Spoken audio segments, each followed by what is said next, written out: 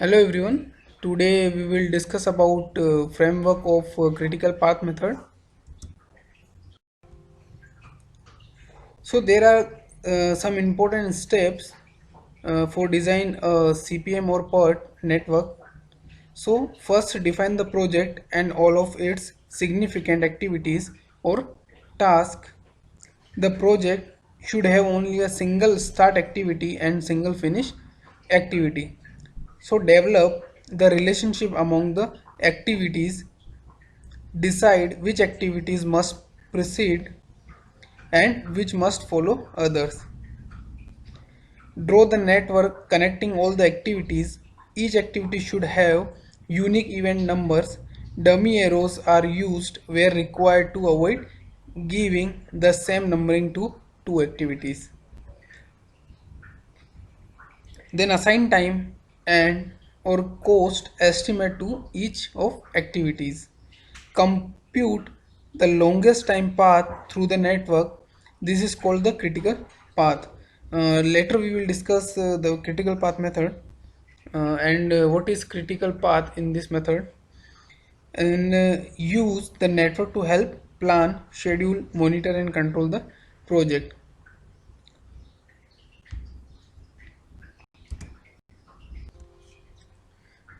Now drawing the CPM PERT network.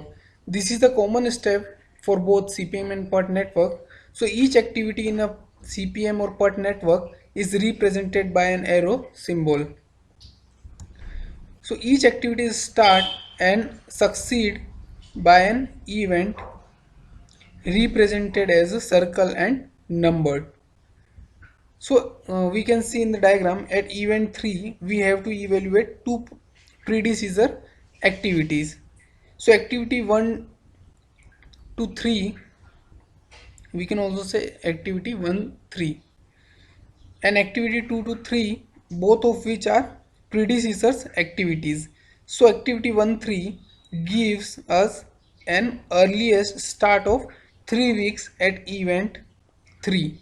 So however, activity 2 to 3 also has to be completed before event 3 can begin. Among this route, the earliest start would be 4 plus 0 equal to 4. So the rule is to take the longer of the two earliest start.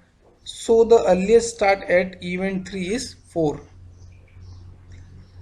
Similarly, at event 4, we find we have to evaluate two predecessors activities, activity 2 to 4 and activity 3 to 4. Along activity 2 to 4, the earliest start at event 4 would be 10 weeks, but among activities 3 to 4, the earliest start at event 4 would be 11 weeks. Since 11 weeks is larger than 10 weeks, so we select it as the earliest start at event 4. So we have now found the longest path through the network.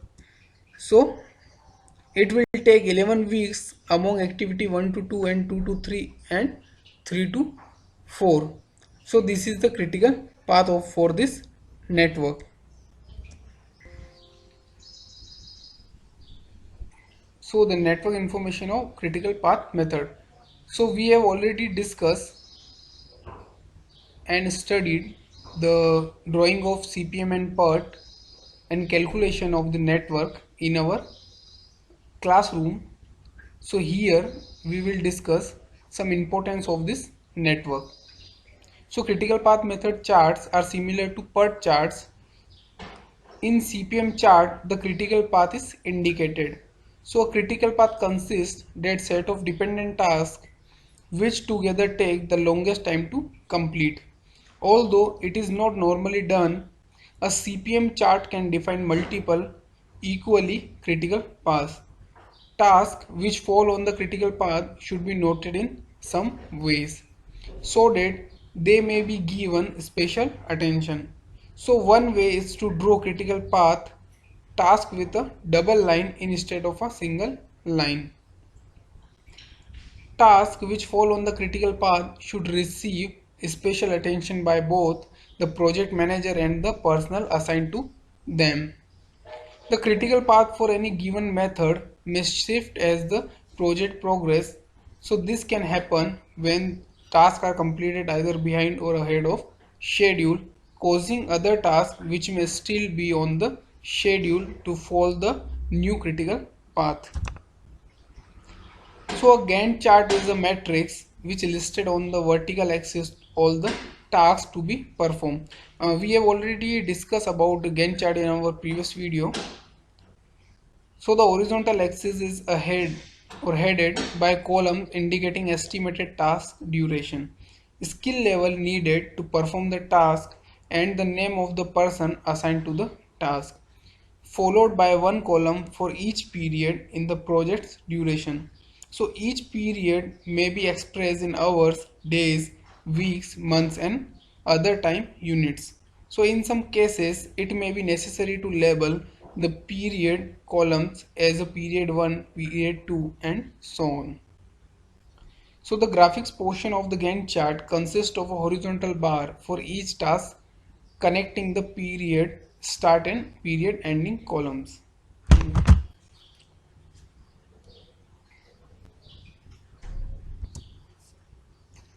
A set of markers is usually used to indicate estimated and actual start and end. So each bar on a separate line and the name of each person assigned to the task is on a separate line. In many cases, when this type of project plan is used, a blank row is left between tasks.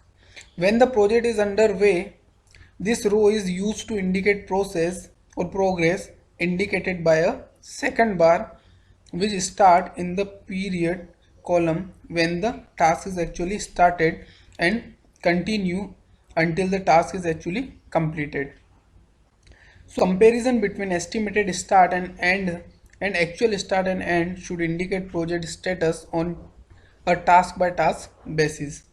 So variants of this method include a lower chart which shows personal allocation on a person by person basis. So for this section, the vertical axis contains the number of pupils assigned to the project and the column indicate task duration are left blank. S is the column indicating person assigned. So the graphics consist of same bar notation as in the upper chart indicate that the person is working on a task.